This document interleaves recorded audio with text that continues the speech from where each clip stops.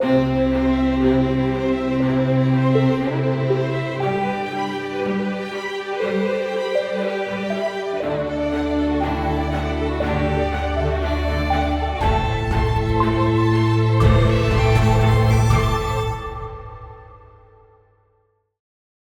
science, like math, is now a skill that almost all fields need to have to make their main job more efficient and more interesting.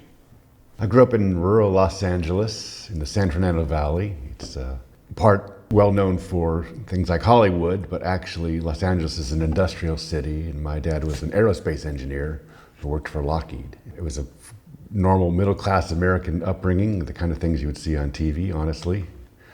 Pretty typical. My dad was the kind of engineer that would kind of work a 9-to-5 day and come home and read the paper, maybe smoke his pipe, maybe have a martini. Very 60s kind of family. The company he worked for, Lockheed, that's actually the location of their famous Skunk Works, which was the place that built all of the secret planes like the SR-71. And so I never knew what he was working on, actually. It was always classified. But it was still nice to know that he was, working on something interesting and important. My mom was a programmer, which is saying a lot given the era, but she also worked at Lockheed, and she was a COBOL programmer in the era when there were more female programmers than men. I actually started out doing more electronics because that was more accessible. We had a chain of stores called Radio Shack, which people used to go to get parts to build radios. But then later they ended up having parts for all kinds of things. So as a hobby, I would go there and get parts and build stuff. Never built a computer, although I did build some handheld games and lots of interesting things like that. But then when computers became accessible to me, mostly through junior high school, my middle school ended up getting a computer. I played with it some, and then a doctor friend of mine got a computer, and I actually learned how to program on his computer, which was an Apple II, and became quite proficient as a programmer relatively quickly, and ended up writing software for his medical office and for my baseball league, and pretty quickly ended up realizing this is something that I enjoy. Eventually, my dad bought me my own Apple II, which was a very big deal because that was about $3,000 at the time, which is, I don't know what now, but say $10,000, right, is a very big expense, like a car for a middle-class family. And so it was, he called it the best investment of his life. It's a complex question about when to introduce computers and kids, but a computer is many things. So it's also a social media device, it's also a television, it is also a chat device. So you have to decide which of these experiences your child is ready for at what time. We did intentionally choose relatively low tech for our kids up through at least age 10, right? Before age 7 is a lot of brain development and social development, and devices I actually think are not good for that, right? But at the same time, by the time they get to high school, they need to be proficient with computers, proficient with cell phones. They, of course, need to fit in with their friends. And so there's a transition from nothing to a lot that you have to make in about a 5-year period. So we actually did kind of try to be thoughtful about which technology at which age, but it's not an easy thing for any parent, I would say. I generally enjoyed school. I was a good student. I didn't honestly have to try too hard. And so I did pretty well. I went to big schools, public schools. My high school had about 3,000 students, actually only about half of which graduated, which is not good, but that's because it was a mix of middle class and poor students. But because it's such a big school, I ended up finding lots of kids that went on to college that I was able to work with, and we learned together, I think, relatively well. So it was a good experience overall. So all throughout high school, I was actually working as a professional programmer. It was kind of nice because my friends would make, $3 an hour, and I would make $25 an hour. So it was very heady to be able to have a real salary. And it was fun. I was actually learning things. I worked for several different companies at the time. This is all just after school and on weekends. It was not like I was a full-time employee. I was at school with a job on the side, but it was a job I enjoyed. So in high school, it was very clear to me I wanted to do programming. I did not yet know I wanted a PhD. That came later. But I did know I wanted to be doing computer science and programming. And I also knew that, there's something, I wanted to do something ambitious. It's hard to put my finger on it, but I didn't know what it was. Like, for example, for a while, I wanted to be an astronaut. And there's a particular kind of astronaut in the US called a mission specialist, which is essentially a scientist astronaut. And that seemed pretty interesting. And again, that's like kind of a high school aspiration. It wasn't, particularly probably the right choice for me, but at the time it was interesting. But my point is it felt ambitious and interesting, and that was appealing to me to kind of see what was possible. I did for a little while follow the astronaut plan when I first got to Berkeley as an undergrad. But in 1986, the Challenger space shuttle blew up. And that essentially ended the manned space program for quite some time. We may finally get back to it, we'll see. So that really made it impossible to be an astronaut at that time. But again, I'm not sure it was that disappointing, because even by then I was starting to realize that that's maybe not even my best path, even if it was available, and that I really wanted to think more about pure computer science. And that's when I started thinking about getting a PhD. This was about my junior year as an undergrad, or maybe sophomore year. I was in a fraternity in undergrad, and mostly because I was and still am a little bit on the shy side, and I thought it might help me meet people, which it did. It was not about school, though. It was entirely about trying to have a social life as a person that's a little bit introverted. I can't say I had obvious mentors. I mean, in some sense, my parents, obviously, but being an engineer and a programmer, so that's a fairly direct influence. And my doctor friend, Dr. Kirshner, just giving me access to a computer early on was very influential for sure. I think that was a life-changing access that I had. After that, I had lots of people I worked with at Berkeley, and I liked all kinds of computer science. So I worked a little bit with Manuel Blum, Turing Award winner, just as an undergrad. I didn't actually make much progress on any of the problems we worked on, although he liked my approaches enough to keep talking to me, so that was nice of him. After Berkeley, I went to MIT, and I wanted to live on the East Coast for a little while, so that was a good choice, actually. I'm glad I did. I did not find MIT to be all that hard. I didn't find Berkeley to be all that hard either. It was pretty easy to do classwork, and the areas, certainly areas that I was better at or worse. I would say I'm still not the best mathematician, and some of those classes were challenging, but it was certainly, I enjoyed all of them. And then the classes that were kind of in my area, like anything that involved programming, I felt I could easily do well at. And I was an extremely good programmer at that time, and very fast, so assignments would take very little time. There was a little bit of competition at MIT with kind of like, who are the best students. And in fact, I had a cohort that I kind of went through with, including Sanjay Gemawat, who is another winner of the ACM Prize. He and I used to get coffee every morning, so we were in the same research group under Barbara Liskov for a while, ACM Turing Award winner. And he's also obviously extremely strong and did quite well at Google. But we were part of a group of grad students that were moving through the system together that, in retrospect, were all quite strong. And so we made each other better, and that was kind of nice. It was not competitive in a negative way at all. So after grad school in 1994, I started as faculty at UC Berkeley, and I was pretty young. I think I was 26 or 27, which is young for faculty. In fact, I had problems sometimes with having grad students that were older than me, and I felt a little guilty about that. When I started Inktomi, it was out of the research I had been doing very recently at Berkeley, essentially combining parallel computing and this new thing called the web, which I was a big believer in, but was quite new and relatively not understood. And so when I realized that the internet really needed large-scale services, the search engines being the first example, I decided that this was too big an opportunity to not try. And so I kind of out of the blue, formed a company to do large-scale computing services for the internet.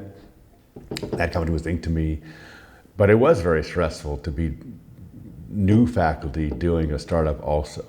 And I can't say it turned out badly, it worked out fine, but really the kind of risk, I was basically, I would say, taking a high-risk, high-reward bet, meaning that if Inktomi failed, I might lose both the startup and the tenure because I was distracted by the company. So it was a distraction. Fortunately, it worked out well enough. I was able to get tenure also, but I certainly can't recommend doing a startup while trying to get tenure. It was many, many long hours. So in the 90s, when we were building Inktomi in particular, I kind of realized that we were making a bunch of decisions that were favoring availability, so high availability 24/7 services over consistency. And this is timely because, again, the rise of internet services is really the first time we had lots of these fully available services that everyone depended on. So availability was, in fact, super critical, and it was comparatively new as a focus. And so I started realizing we were making decisions that were trading off availability versus consistency. And I would say up to this point, in the 90s, consistency was kind of the main goal, right? You have databases with ACID transactions. That C is consistency in ACID. And in fact, I did a lot of work with Jim Gray, who literally wrote the book on ACID transactions. He was a mentor for me in my years at Berkeley. And he, and I would talk quite in detail about some of the trade-offs here between availability and consistency. And you know, he was clearly on the consistency side, but he could at least see my arguments about why availability would be more important in some situations. And so I realized that focusing on availability is a perfectly fine set of decisions. It's different and relatively unusual. All that being said, it turns out all of the internet design itself chooses availability too. So it's not like availability was a new thing, it's just, I think people hadn't realized yet, or at least understood the consequences of trying to have both database consistency like ACID transactions and also high availability like we want in internet services. So the original purpose of the CAP theorem was to show that you actually can't really have both very easily. And that was mostly kind of a wake-up call to get people to understand it's not such a simple choice. You actually have to think about these things. And at that time, people referred to it as kind of a 2 out of 3. You could have consistency, availability, partition tolerance. Those are all properties you want. You can have 2 out of the 3 at most. That's what the theorem says. And that was kind of disappointing to people, right? They really want all 3. But that was the right framing of that problem in 2000 or so, because people hadn't really understood this availability consistency trade-off. Later, it turns out we were able to have a more nuanced discussion once everyone kind of got up to speed, which is actually you can make fine-grained trade-offs among these things. You can build systems that mix them interesting ways, and that's what we should be doing. But that's a more sophisticated discussion than, frankly, the world was ready to have in 2000. Before Inktomi, there was really parallel computing, which was essentially, let's run a big job like weather simulation on a computer for a fixed amount of time, and then the job is done. The internet brought 3 interesting problems that were different. One was that it's highly available, meaning the services need to be working 24 hours a day, 7 days a week. And that was really not common at all at the time. Even banks would close at night to do their computing, right? Which is hard to believe now, but that was super common. Another big change was that the size of a large service is much bigger than anything we've ever built before. And so you literally can't build a computer big enough to do something like a search engine for the internet. And at the time, people were trying. Actually all search engines at that time were built by buying the biggest machine you can, putting all the data inside, and then running computation on that big machine. So a good example would be Alta Vista, which was a popular search engine at that time, ran on big equipment from Digital Equipment Corporation. And that meant they could get more capacity by having more of these big machines, but they couldn't make the database any bigger because they were limited by what would fit in the machine. So I think the the important insights for Inktomi was how to use a cluster of machines to act as one giant server. And so that server could be small or very, very big. And today we have millions of servers working together for services. And it also means you can change the size of the machine as needed. So you can start with a few machines, and if you need more capacity, you just add more machines. So we call that incremental scalability. So Inktomi pioneered how do you build essentially modern cloud services using clusters of machines to make them highly available and very large scale. So in January of 2000, I had the honor to meet President Clinton, who was the president in office at that time, at Davos, the kind of international event. And because I was a guest at Davos as well, I was kind of in the greeting line for President Clinton. So it's kind of normal greeting line you'd see on TV. There's a line of people. They each get their short little bit of time to talk to the president and shake hands and get a photo. And I felt this was an opportunity not to be missed. And so in my kind of 30 seconds or so, probably less, I don't actually know the amount, I told him that I think the US needs a search engine for all the US data. I think we can build it quite quickly, and we can have that project completed while you're still in office. And this was his last year in office, so there's not much time. And the key phrase there was while you're still in office, because especially in the US, in the last year of a presidency, there's not that much a president can do. And in fact, President Clinton was also dealing with some controversies, and the Congress wasn't supporting him. So it's not like he could just pass some laws in his last year. It was going to be quite difficult to get anything new done. So offering him a project that he could control and could get done while he's still in office, I thought would have some appeal, and it did have some appeal. So after that short little introduction, he had me meet his aide, who then took some notes, and then from then on we scheduled some meetings in DC, and it turns out 9 months later we did have a US search engine, which is still there today. When the internet bubble crashed, it kind of took Inktomi with it, even though we were a profitable company for a while and had lots of successful business. All of our customers were in the internet space, and our customers started disappearing. So it actually was quite difficult to even sell some of the products we were trying to sell because the customers disappeared. And that's not something we could have survived. I think in retrospect, there are ways we could have survived it with perfect, hindsight planning. But the bottom line was it was a huge change from very positive. At the time, it was called irrationally exuberant, was the phrase used. And I think that's pretty apt. But also on the way down, it was irrationally negative, meaning that the concerns weren't very rational either. Well, I call it the wild ride because the stock price went up several orders of magnitude, and I was a billionaire on paper for a while, but it was just on paper, not real money. The bottom line is the stock price went up a whole bunch, went down a whole bunch, and we eventually sold the company to Yahoo, and that technology continued in some various forms, but that era ended with a thud, unfortunately. One way to think about the crash is really that it felt unfair, and I definitely took some time to process that.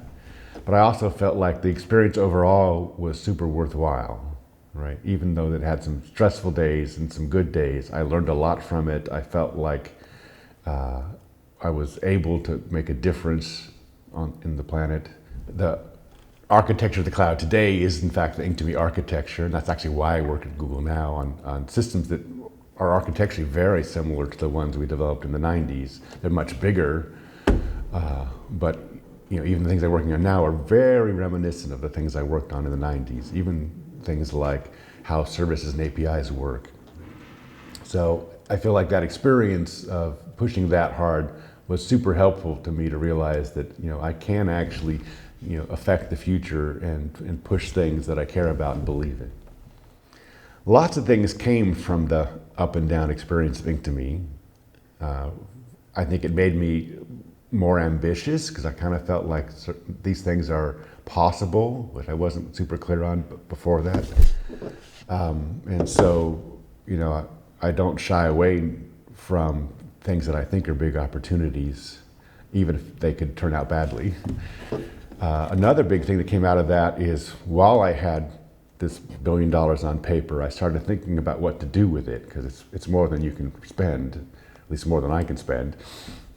And so I started thinking about philanthropy and what kinds of philanthropic projects I'd want to work on. And I was pretty clear I wanted to work on the use of technology in developing countries, because I felt that the world was kind of missing an opportunity to improve the quality of life using technology.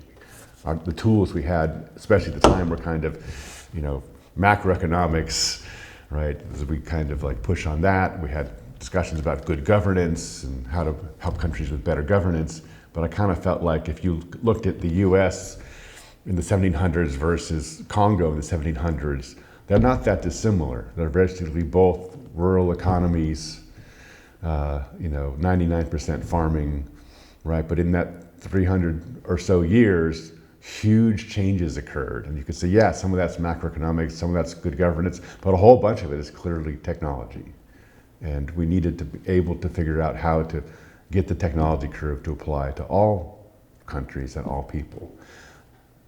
So after I sold Inktomi to Yahoo, that was about end of 2002, I decided to shift my research agenda away from internet services and see if I could use technology to help developing countries like I would have done with philanthropy had I still had the money. But I felt there was other ways to have impact on this topic, and so I started the TIER group, which is Technology and Infrastructure for Emerging Regions, and we spent our first year, which is roughly 2002, 2003, just trying to understand the space, trying to learn how to be multidisciplinary. So I brought some social scientists and political scientists and economists in to work with us. And then we started a group where the vision was we were going to do work on the ground in these countries. So what other fields would call fieldwork. There hasn't been a notion of fieldwork much in computer science, a little bit in HCI, but in general it's not something that systems people had historically done. But I felt it was possible and would be impactful. And so we spent, for example, the summer of 2003 going to India and meeting with all kinds of different groups to try and understand what are good candidate problems to work on, what are good candidate partners to have, because my big belief is you have to have partners for all these projects that know the local context, right? I really don't want to be the kind of patronizing Westerner that comes in and tells them how to fix their problems. Right, so I want to help, but I want to help in a way that is inclusive of local groups that do actually understand the problems in a way that would be very difficult to understand completely from the outside. So it was always the intention to work on the ground with local people and try to discern over time what the right issues are versus coming in with a particular agenda up front. Our most successful project was helping the Aravind Eye Hospital with rural eye care. This was in southern India, in the state of Tamil Nadu. The essence of the problem is that most patients don't have access to eye care. You can get eye care if you're at a hospital. Most patients won't go to hospitals, at least not easily. And in their local village, there is no eye specialist. May not even be someone that can do glasses, but glasses are easier than doing things like actual eye care for glaucoma or diabetes or cataracts.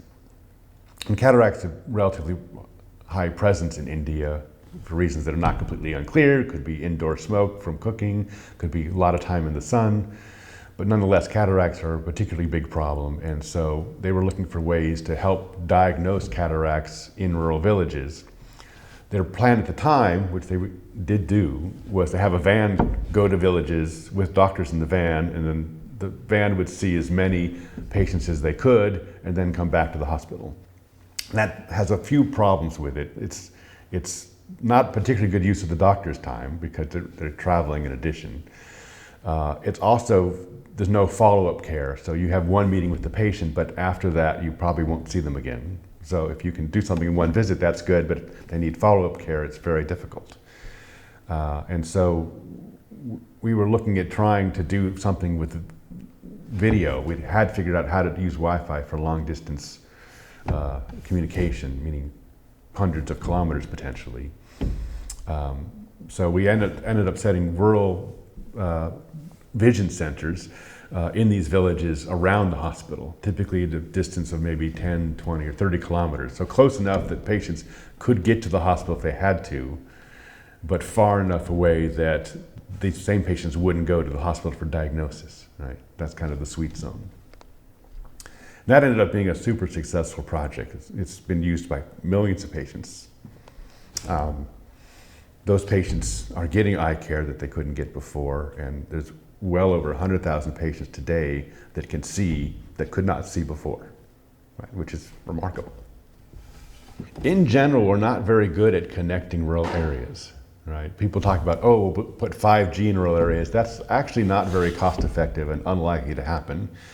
We have satellite, which does cover rural areas quite well, but it's very expensive and relatively low bandwidth.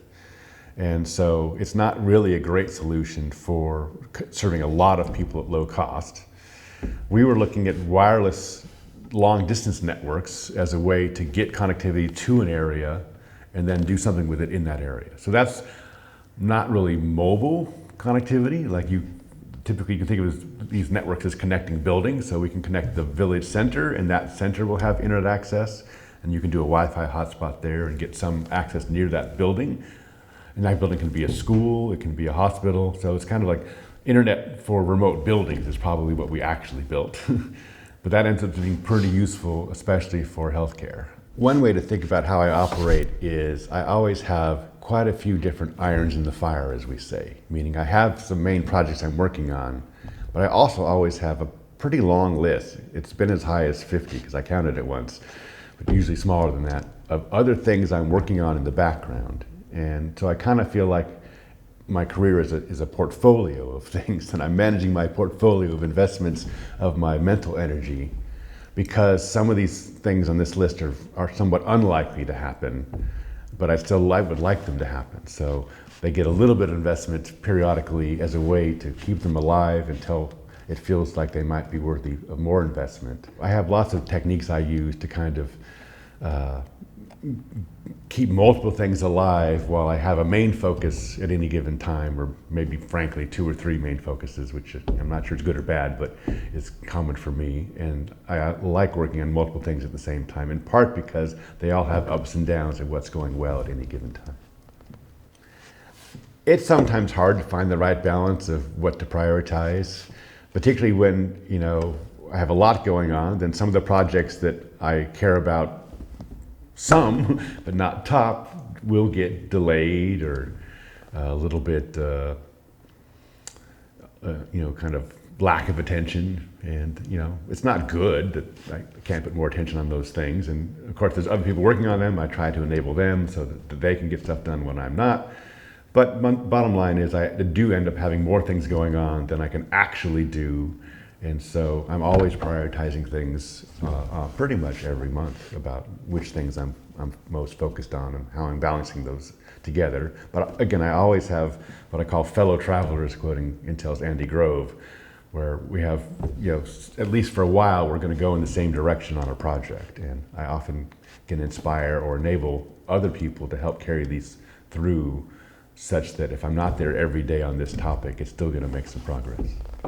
I love discussing ideas with all kinds of researchers, students, business people. I feel like I have more things that I want to do than are possible, and so I'm always trying to get feedback or insight about which things might work, or which approaches might work or might not work. And this is at all levels. This can be very technical, like how to do firmware for servers, up to very political, like how to get the US government to have a policy on open source, right? The topics are very different, but the kind of approach of making small step progress and trying to get insight on what's going to make a difference, that kind of is the same approach that I use across the board. I've always liked having a focus on how to impact the real world, and I think the startup is part of that, working in industry is part of that, working in developing countries even is part of that. And I think it's a great advantage for teaching, frankly, because I have all these stories about things like President Clinton or helping with villagers with vision.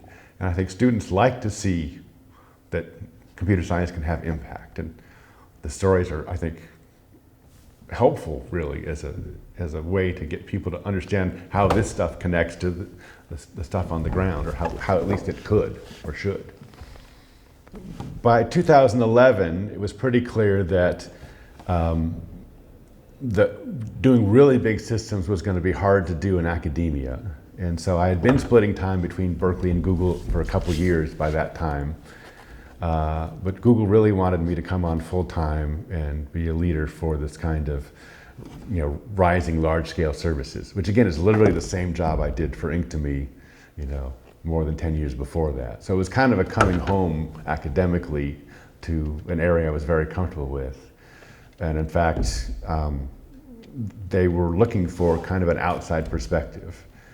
Google, I think it's fair to say, was a fantastic company from its beginning, but because it was doing a lot of things that were novel with large-scale services, it had built a kind of collection of systems that were, I think, frankly, unusual. And some of them were clearly better than what was in the rest of the world, and some of them were not so clear. Right? They were just different. And of course, you'd expect that the rest of the world would catch up, and of course that did happen.